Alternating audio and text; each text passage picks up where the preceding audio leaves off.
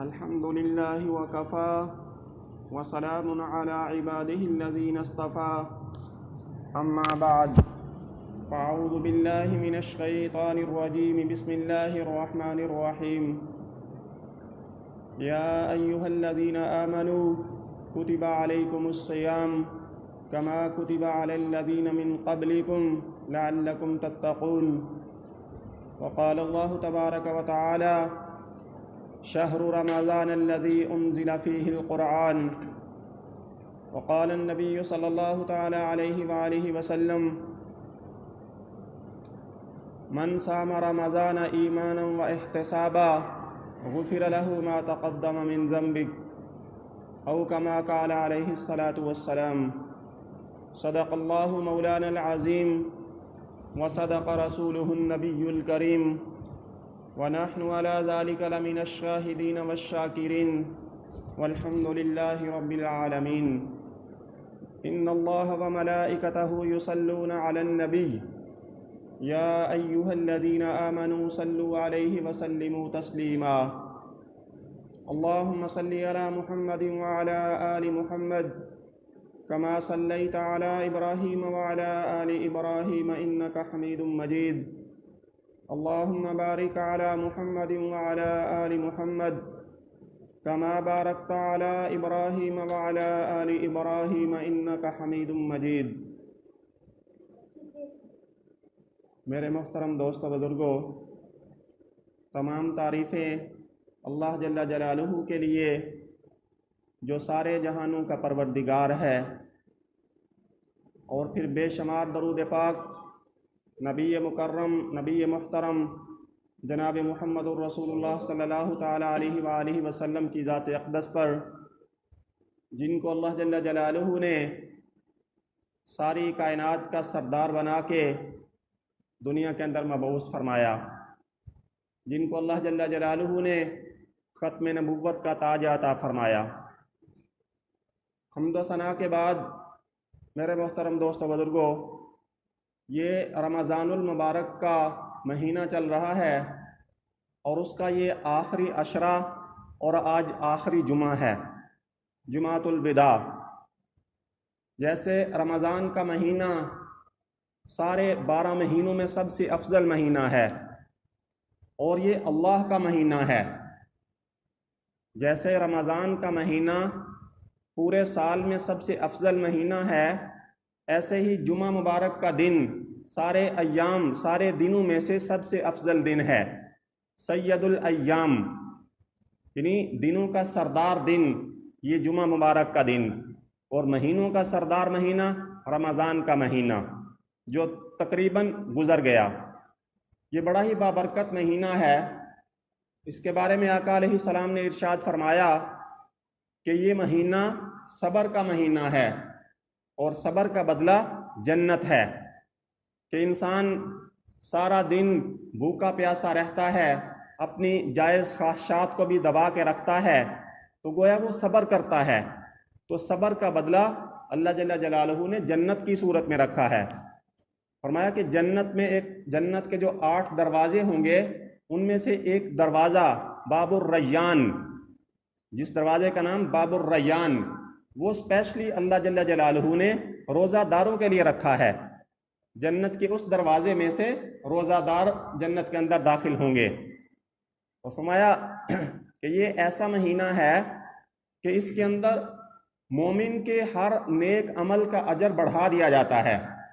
اب دیکھیں نا، جیسے نبی پاک صلی اللہ علیہ وسلم کی ذات سارے انبیاء علیہ السلام میں سے افضل ہیں، ایسے ہی یہ امت، ہم لوگ جو ہیں نبی پاک صلی اللہ علیہ وسلم کی امت، یہ سابقہ امتوں میں سے افضل امت ہے۔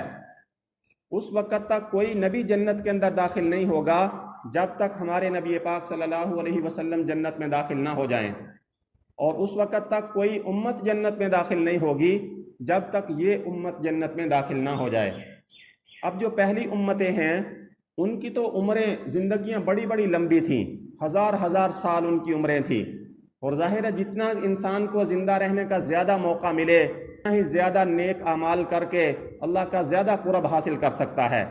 لیکن ہماری اس امت کی زندگی تو بہت ہی مختصر ہے، بہت ہی مختصر عمر ہے، تو اللہ نے اس کو افضل کیوں قرار دیا؟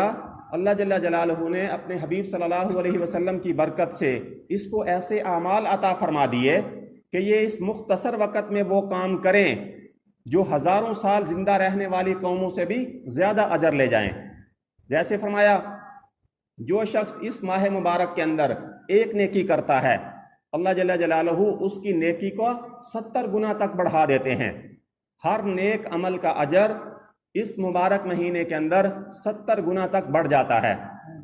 اور ایسے ہی اور بھی بہت زیادہ اعمال ہیں، جیسے فرمایا کہ اگر ہم باجماعت نماز ادا کرتے ہیں، جو شخص باجماعت نماز ادا کرے اللہ جل جلالہ اسے 25 یا 27 نمازوں کا اجر عطا فرماتے ہیں۔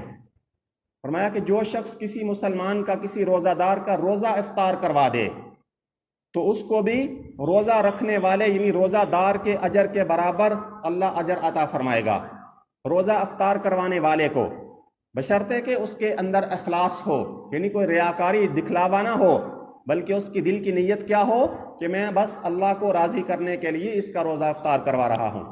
صحابہ اکرام رضی اللہ تعالی عنہم نے عرض کیا یا رسول اللہ صلی اللہ علیہ وسلم، ہم میں سے ہر بندہ تو اتنی ہمت نہیں رکھتا، ہر بندہ تو مطلب اتنا مالدار نہیں ہے، اتنی حیثیت نہیں رکھتا کہ وہ لوگوں کا روزہ افطار کرواتا پھرے اور اجر حاصل کرے۔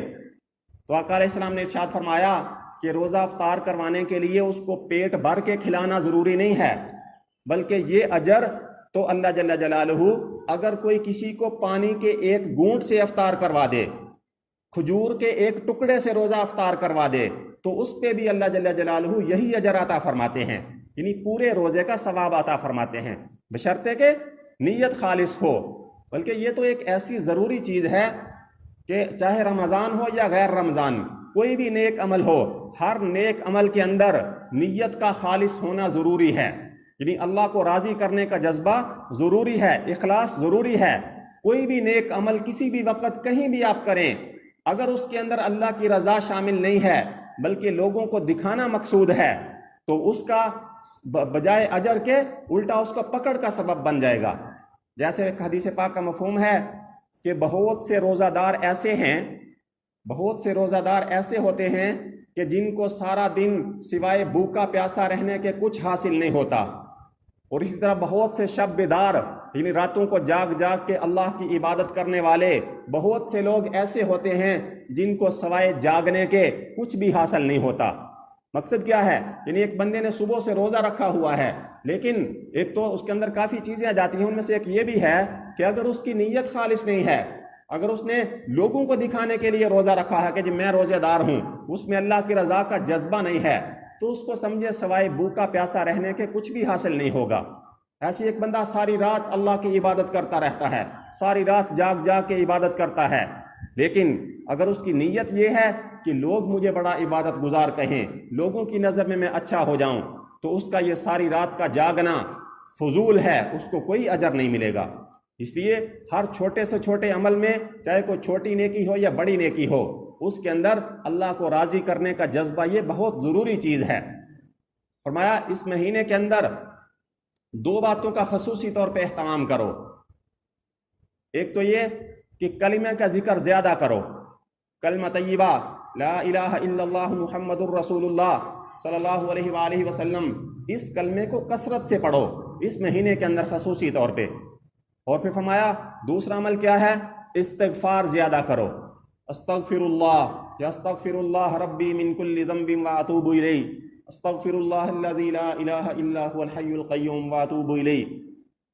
کسی بھی جملے کے ساتھ، کسی بھی طرح کے الفاظ کے ساتھ اللہ سے معافی طلب کرنا، استغفار کرنا، استغفر اللہ، تو یہ 2 کام اس مہینے کے اندر زیادہ کرنے، کلمہ طیبہ کا زیادہ ذکر کرنا اور استغفار زیادہ کرنا، اللہ جل جلالہ سے اپنے گناہوں کی معافی طلب کرنا۔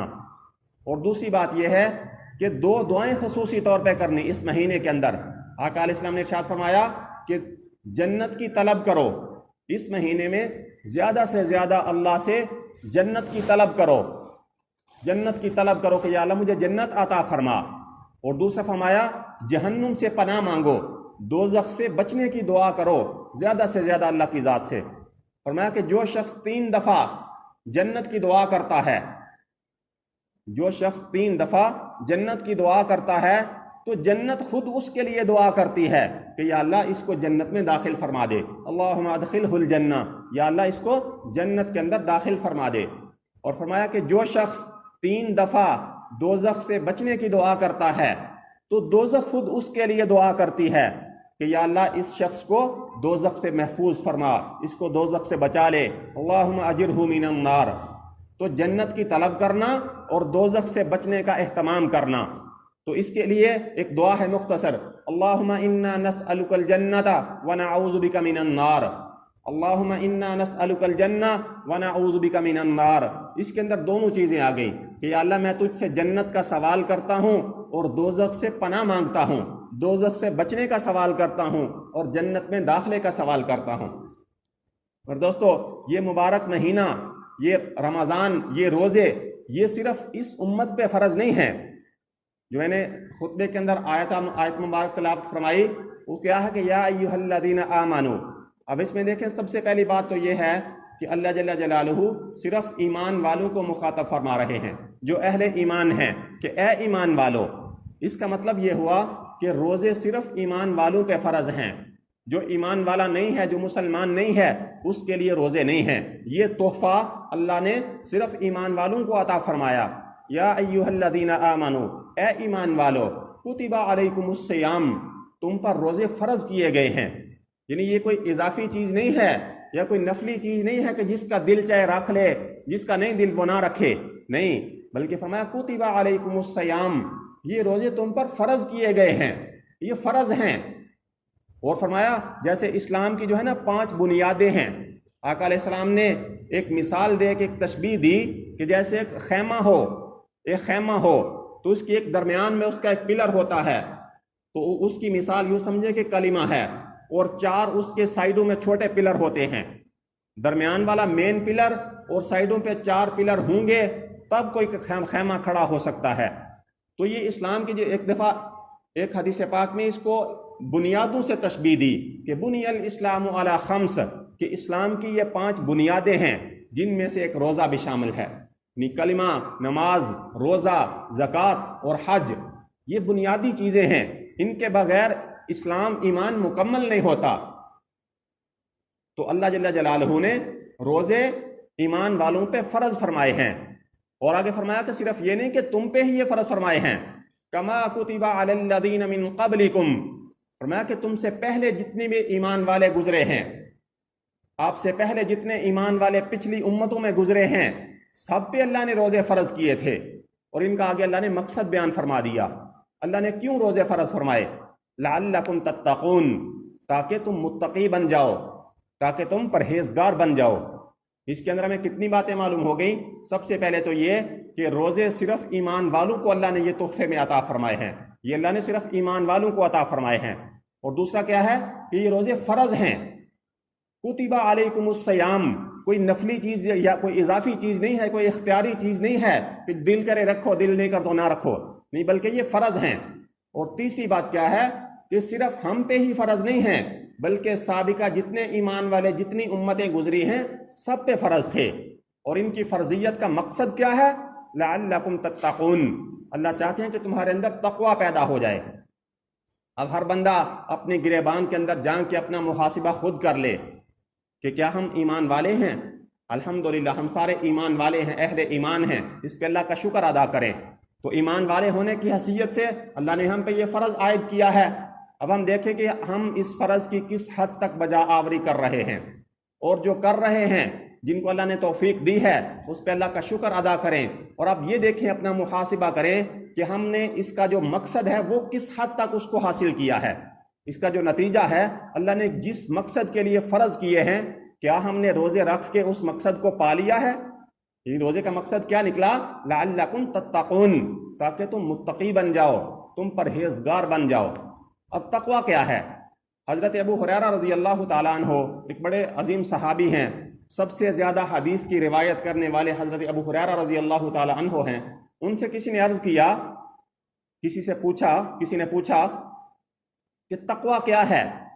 تو حضرت ابو ہریرہ رضی اللہ تعالیٰ عنہ نے اس سے آگے سے سوال کیا کہ کیا تمہیں کبھی اتفاق ہوا ہے کہ کسی کانٹے دار جھاڑیوں میں سے کوئی ایسا رستہ ہو، دونوں طرف کانٹے ہوں اور درمیان میں چھوٹا سا رستہ ہو، تو وہاں سے گزرنے کا کبھی اتفاق ہوا ہے؟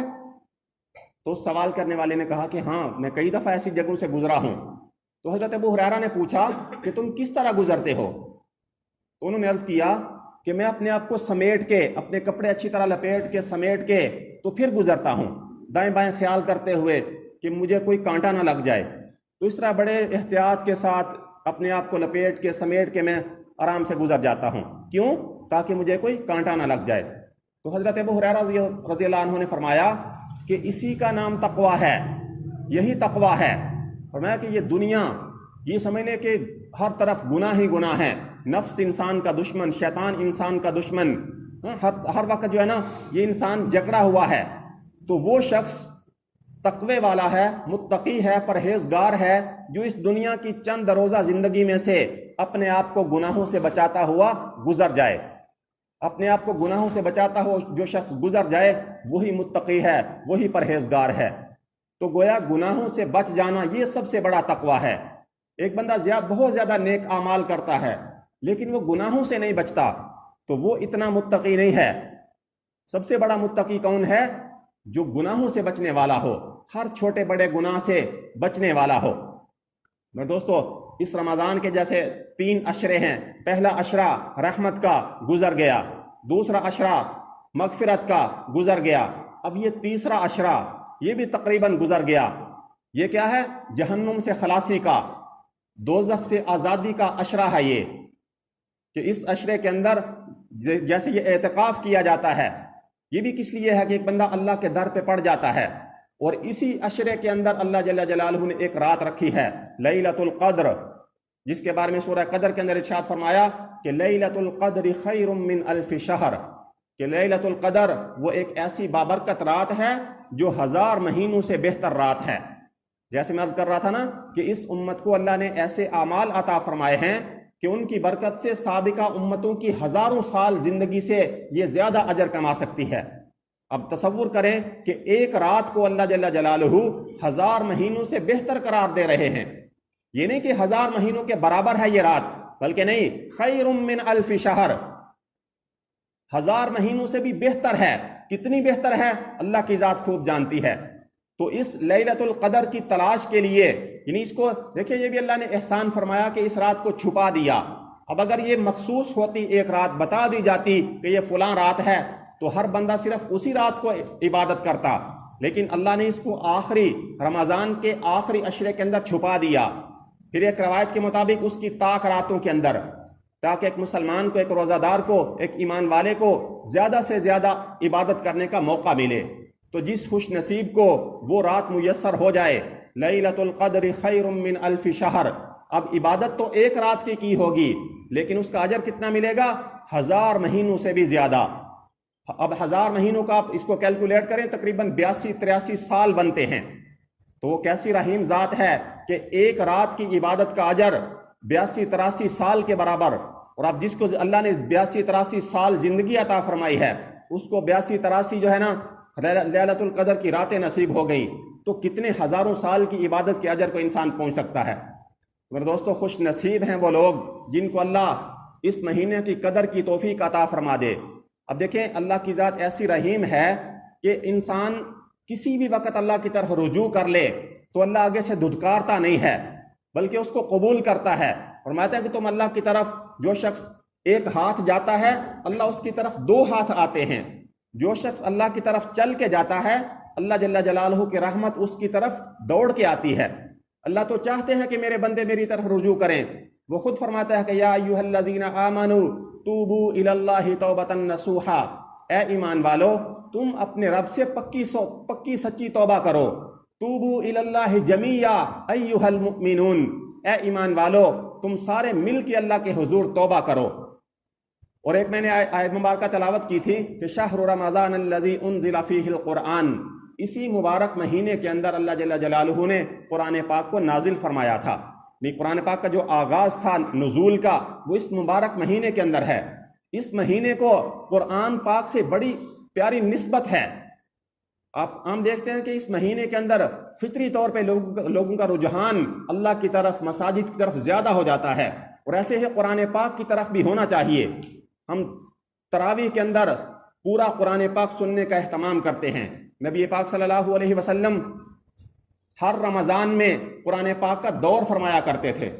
قرآن پاک کا دور کیا ہوتا ہے کہ ایک بندہ سنائے دوسرے کو، یعنی دو بندے ہوں آپس میں ایک دوسرے کو باری باری قرآن پاک سنائیں۔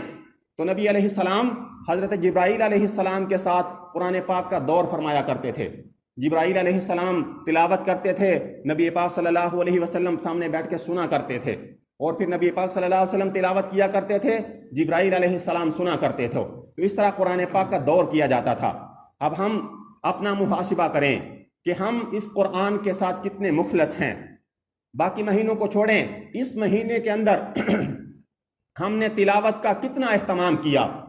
اس مبارک مہینے کے اندر جس کو اللہ نے فرمایا کہ شہر رمضان الذی انزل فیہ القرآن، کہ اسی مہینے کے اندر ہی تو ہم نے قرآن پاک کو نازل کیا ہے۔ تو اس مہینے کے اندر ہمارا تعلق کتنا رہا قرآن پاک کے ساتھ۔ اور دوسرا یہ، ایک تو صرف تلاوت کرنا، بے شک تلاوت کرنا بہت بڑا اجر ہے۔ فرمایا کہ جو شخص قرآن پاک کی تلاوت میں اتنا مشغول رہے کہ اسے دعا کرنے کی بھی ٹائم نہ ملے۔ ایک بندہ اتنی کثرت سے تلاوت کرتا ہے کہ اس کو اللہ سے مانگنے کی ٹائم نہیں ملتا قرآن کی تلاوت کی مشغولی کی وجہ سے۔ تو فرمایا کہ ایسے شخص کو اللہ جل جلالہ بن مانگے عطا فرماتے ہیں، ان لوگوں سے زیادہ عطا فرماتے ہیں جو اللہ سے مانگتے ہیں۔ یعنی اس کی تلاوت کی کثرت کے ساتھ اس کا تعلق ہے کہ جتنا بھی ہو سکے قرآن پاک کی تلاوت کی جائے۔ فرمایا کہ کم از کم سال کے اندر 2 دفعہ قرآن پاک کو ختم کرنا، 2 دفعہ قرآن پاک ختم کرنا اس کا حق ہے۔ اب ہم دیکھیں کہ ہم کتنا اس کا حق ادا کر رہے ہیں۔ مہینوں گزر جاتے ہیں، سال ہا سال گزر جاتے ہیں، کبھی ہمیں اتنی توفیق نہیں ہوئی کہ قرآن پاک کو کھول کے اس کی چند آیات کی تلاوت ہی کر لیں۔ تو صرف عربی عبارت پڑھنا، اب دیکھیں قرآن پاک اللہ نے کس لیے نازل فرمایا؟ عمل کرنے کے لیے۔ یہ پورا دین جو ہے نا ایک ضابطہ حیات ہے کہ اس کو سمجھ کے اس کے مطابق زندگی گزاری جائے۔ اب ہم عربی دان تو ہے نہیں، ہمیں عربی کی تو سمجھ نہیں ہے، قرآن پاک پڑھتے جاتے ہیں لیکن کوئی سمجھ نہیں کہ کیا پڑھ رہے ہیں، اس میں اللہ کیا فرما رہے ہیں، کس بات سے منع کر رہے ہیں، کس چیز کا حکم دے رہے ہیں۔ لیکن بغیر سمجھے پڑھنا بھی عبادت سے خالی نہیں ہے، اجر سے خالی نہیں ہے۔ فرمایا کہ جو شخص قرآن پاک کا ایک حرف پڑھتا ہے، حدیث پاک کا مفہوم ہے کہ جو شخص قرآن پاک کا ایک حرف پڑھتا ہے اللہ جل جلالہ اسے 10 نیکیاں عطا فرماتے ہیں۔ پھر فرمایا کہ جو الف لام میم یہ ایک حرف نہیں ہے بلکہ یہ 3 حرف ہیں، الف لام اور میم، یہ 3 علیحدہ علیحدہ حروف ہیں۔ تو جو شخص صرف اتنا پڑھے الف لام میم تو اس کو اللہ پاک 30 نیکیاں عطا فرماتے ہیں۔ اب اس رمضان کے اندر جیسے میں نے عرض کیا کہ ہر نیک عمل کا اجر 70 گنا بڑھ جاتا ہے، تو اس کو آپ ملٹیپلائی کریں کتنی زیادہ نیکیاں بن جائیں گی۔ تو دوسرا یہ ہے کہ قرآن پاک کو سمجھ کے پڑھنا، جیسے میں نے عرض کیا کہ یہ قرآن پاک یہ پورا کا پورا دین یہ عمل کے لیے ہے۔ اب ایک بندے نے پورا کا پورا قرآن پاک تلاوت کر لیا لیکن اسے کچھ سمجھ نہیں آئی کہ میں نے کیا پڑھا ہے، مجھے اللہ نے کن باتوں کا حکم دیا ہے، مجھے اللہ نے کن باتوں سے منع کیا ہے، تو جس بندے کو سمجھ نہیں آئی وہ عمل کیا کرے گا؟ اس لیے آج سارے بھائی ارادہ کریں کہ کم از کم زندگی میں ایک دفعہ قرآن پاک کو ترجمے کے ساتھ پڑھیں گے، کم از کم ایک دفعہ ترجمے کے ساتھ اس کو ضرور پڑھیں گے۔ بے شک روزانہ ایک آیت پڑھیں، ایک رکوع پڑھیں، آدھا رکوع پڑھیں، ایک صفحہ پڑھیں۔ ایک تو یہ ہے کہ صرف یہ رمضان کے اندر نہیں، پورا سال یہ اپنی زندگی کی ترتیب میں شامل کر لیں کہ ہم نے انشاءاللہ روزانہ تلاوت کرنی ہے۔ سارے ارادہ کرتے ہیں انشاءاللہ ڈیلی بیس پہ اس کی تلاوت کرنی ہے، بے شک تھوڑی کریں۔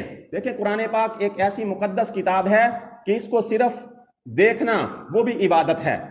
مثلا ایک بندہ پڑھا ہوا نہیں ہے تو اس کو روزانہ کھول کے اس کا دیدار کر لے، اس کی زیارت کر لے، تو یہ عمل بھی اجر سے خالی نہیں ہے۔ ایسے فرمایا کہ والدین ہیں، والدین کو صرف دیکھنا، محبت کی نظر سے دیکھنا، مقبول حج کا اس پہ ثواب ہے۔ خانہ کعبہ بیت اللہ شریف ایک بندہ بیٹھ کے صرف اس کو دیکھتا رہتا ہے تو دیکھنے پہ بھی اجر ہے۔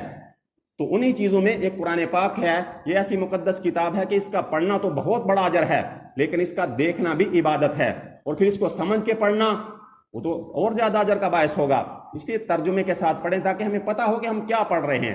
ایسے ہی نماز، بعض لوگ کہتے ہیں کہ نماز کے اندر دل نہیں لگتا، نماز میں دھیان نہیں جمتا، تو اس کا بھی ایک طریقہ یہ ہے کہ نماز کو ترجمے کے ساتھ یاد کریں۔ کہتے ہیں جب بندہ نماز پڑھتا ہے نا تو وہ یوں سمجھے کہ میں اللہ کے سامنے کھڑا ہوں اور میں اللہ سے باتیں کر رہا ہوں، یعنی جو شخص یہ چاہتا ہے کہ میں اللہ سے باتیں کروں وہ نماز پڑھے، اور جو شخص چاہتا ہے کہ اللہ مجھ سے باتیں کرے وہ تلاوت کرے۔ یہ قرآن پاک کلام اللہ ہے، اللہ کا کلام ہے، اللہ کی باتیں ہیں، تو جو شخص تلاوت کرتا ہے وہ یوں سمجھے کہ اللہ میرے ساتھ باتیں کر رہا ہے، یہ اللہ کی زبان مبارک سے نکلے ہوئے الفاظ ہیں سارے، تو اس کا بھی اہتمام کیا جائے۔ اور آخر میں ایک حدیث، اس کا ایک حصہ عرض کرتا ہوں۔ نبی پاک صلی اللہ علیہ وسلم نے، مشہور حدیث آپ نے سنی ہوگی کہ ایک دفعہ آقا علیہ السلام خطبہ دینے کے لیے ممبر پہ تشریف لے جانے لگے، تو جب آپ نے ممبر کے پہلے درجہ پہ قدم رکھا تو فرمایا آمین، اسی طرح دوسرے درجے پہ آمین، تیسرے درجے پہ آمین۔ تو بعد میں صحابہ نے عرض کیا یا رسول اللہ صلی اللہ علیہ وسلم، آپ نے پہلے تو کبھی ایسا نہیں کیا کہ ممبر پہ چڑھتے ہوئے آمین آمین کہا ہو، تو آج ایسا کیوں کیا؟ تو آقا علیہ السلام نے ارشاد فرمایا کہ میرے پاس جبرائیل علیہ السلام تشریف لائے تھے اور انہوں نے 3 بد دعائیں کی تھیں، 3 بد دعائیں کی تھی اور میں نے ان پہ آمین کہا ہے۔ ان میں سے ایک یہ ہے، چلے مختصراً عرض کر دیتا ہوں، ان میں سے ایک یہ تھا کہ جس شخص کے سامنے نبی پاک صلی اللہ علیہ وآلہ وسلم کا نامی اسم گرامی آئے، جس شخص کے سامنے آقا علیہ السلام کا ذکر کیا جائے اور وہ درود نہ پڑھے تو وہ ہلاک اور برباد ہو جائے۔ جبرائیل علیہ السلام یہ بد دعا کر رہے ہیں کہ جس شخص کے سامنے آپ کا ذکر آئے، آپ کا نامی آئے اور وہ آپ پہ درود نہ پڑھے، وہ شخص تباہ و برباد ہو جائے۔ تو میں نے اس پہ کہا ہے آمین۔ اس لیے جب بھی آپ نبی پاک صلی اللہ علیہ وسلم کا نام خود اپنی زبان سے لیں یا کسی سے سنیں تو صلی اللہ علیہ وآلہ وسلم ضرور پڑھا کریں۔ یہ ایک مختصر درود ہے، فرمایا کہ سب سے بڑا بخیل اور کنجوس وہ شخص ہے جو آقا علیہ السلام پہ درود نہ پڑھتا ہو۔ اور دوسرا یہ فرمایا کہ وہ شخص ہلاک اور برباد ہو جائے کہ جس کی زندگی میں اس کے والدین دونوں یا ان میں سے کوئی ایک موجود ہو اور وہ ان کی خدمت کر کے جنت حاصل نہ کر سکے۔ اس لیے جن کے والدین موجود ہیں ان کی قدر کریں، یہ بہت بڑی نعمت ہے۔ اور تیسرا فرمایا کہ وہ شخص ہلاک اور برباد ہو جائے کہ جس کی زندگی میں رمضان کا مہینہ آئے پھر بھی وہ اللہ سے توبہ استغفار کر کے اللہ کی عبادت کر کے اپنی بخشش نہ کروا سکے، تو ایسے شخص کے لیے بھی ہلاکت ہے، بربادی ہے۔ اس لیے ابھی 1-2 دن باقی ہیں، ہم اس جو مبارک مہینہ ہے، یہ چند 1-2 دن رہ گئے ہیں، ان کی قدر کریں، اللہ سے توبہ استغفار کریں، جو میں نے وظیفے بتائے، کلمہ طیبہ کی کثرت کریں، استغفار کی کثرت کریں، جنت کی طلب کرنا، جہنم سے پناہ مانگنا، ہر عمل کو اخلاص کے ساتھ کرنا، لوگوں کی افطاریاں کروانا صرف اللہ کی رضا کے لیے۔ اور دوسرا یہ کہ عید سے پہلے چونکہ یہ عید الفطر، تو اس سے پہلے جو ہے نا فطرانہ ادا کرنا، یہ ہر صاحب نصاب جو صاحب حیثیت ہے اس کے لیے واجب ہوتا ہے، ہر بندے پہ نہیں ہوتا۔ جیسے زکوٰۃ ہے نا، زکوٰۃ ہر بندے پہ نہیں ہوتی، صرف جو صاحب نصاب ہوتا ہے، جو صاحب حیثیت ہوتا ہے اسی پہ زکوٰۃ ہوتی ہے۔ اسی طرح جو صاحب حیثیت ہے اس کے لیے فطرانہ ضروری ہے۔ اب اس کے لیے مقدار علماء مختلف بیان فرماتے رہتے ہیں، اس میں گندم بھی ہوتی ہے، گندم کے حساب سے یا جو کے حساب سے، کھجور کے حساب سے، کشمش کے حساب سے، لیکن ہمارے عموماً گندم کے حساب سے چلتا ہے۔ لیکن اگر اللہ نے کسی کو وسعت دی ہے، کسی کو توفیق دی ہے، تو وہ اگر کھجور کے حساب سے دے گا تو بہت زیادہ بن جائے گا۔ اس لیے اس کی جو کم از کم مقدار ہے نا وہ آپ 100 روپیہ لگا لیں، گندم کے حساب سے کم از کم 100 روپیہ فی کس۔ تو اس کے لیے اگر کسی گھر کے اندر عید الفطر سے پہلے کوئی بچہ پیدا ہو جائے تو اس کا فطرانہ ادا کرنا بھی ضروری ہوتا ہے، اور اگر کوئی مہمان آ جائے تو اس کا فطرانہ بھی ادا کرنا ضروری ہوتا ہے۔ اس لیے کوشش کی جائے، یعنی عید سے پہلے تو اس کو ضرور ادا کرنا چاہیے، لیکن آپ کوشش کریں 8-10 دن پہلے بھی دے سکتے ہیں، بلکہ پہلے ہی دینا چاہیے تاکہ کسی غریب، کسی مستحق کو دیا جائے تو وہ بھی اپنی ضروریات کے لیے جو نا کوئی اہتمام کر لے۔ تو سارے بھائی اس کا بھی اہتمام کریں انشاءاللہ۔ اللہ پاک ہم کی توفیق۔